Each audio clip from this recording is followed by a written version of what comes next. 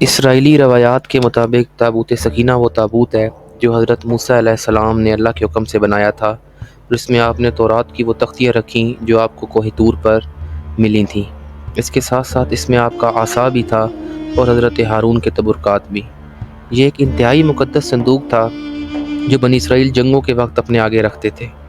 اس صندوق کو ہمیشہ ان کی مذہبی رہنمائی اٹھاتے تھے، لیکن خدا کی نافرمانی پر ایک جنگ میں یہ صندوق ان سے چھن گیا، جس پر قرآن میں سورۃ البقرہ میں 248 نمبر آیت میں درج ہے کہ اس وقت کے بنی اسرائیل کے ایک نبی نے ان سے کہا کہ یہ صندوق تم تک واپس آئے گا اور اس کو طالوت لے کر آئے گا، اور یہی طالوت کے بادشاہ ہونے کی علامت ہے۔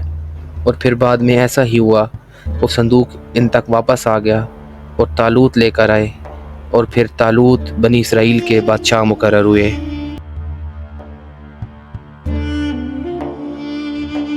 بنی اسرائیل کے لیے یہ تخت سکون کا باعث تھا، اس لیے اسے تابوت سکینہ کہا جاتا ہے۔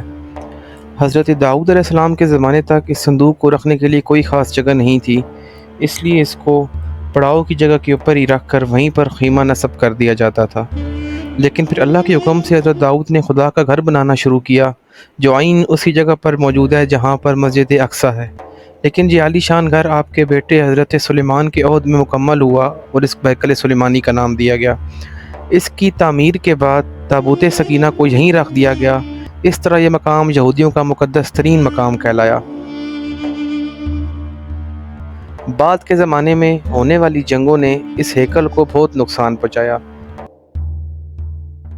لیکن بابل کے بادشاہ بخت نصر نے اس کو مکمل طور پر تباہ کر کے آگ لگا دی اور تابوت سکینہ کو اپنے ساتھ لے گیا۔ ان تمام تبدیلیوں کے بعد تابوت سکینہ کہاں غائب ہو گیا، اس کا کچھ پتہ نہیں چلا۔ آج بھی بہت سارے ماہر آثار قدیمہ جو کہ یہودی مذہب سے تعلق رکھتے ہیں اس صندوق کی تلاش میں ہیں۔ ان کے مطابق یہ صندوق ابھی بھی کہیں مسجد اقصیٰ کے نیچے دفن ہے، اس لیے وہ اس جگہ پر مسلمانوں کو داخل نہیں ہونے دیتے اور مسجد کی بنیادوں میں خندقیں کھود کر اس کو تلاش کر رہے ہیں تاکہ وہ اس دنیا پر پھر سے حکمرانی کر سکیں۔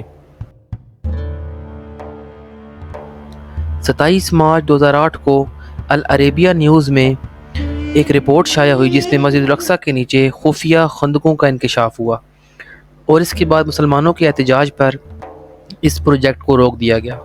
لیکن ہو سکتا ہے ظاہری طور پر روکے جانے والا یہ پروجیکٹ آج بھی جاری ہو اور ابھی بھی کہیں نہ کہیں مسجد الاقصیٰ کے کمپاؤنڈ میں کھدائی جاری ہو۔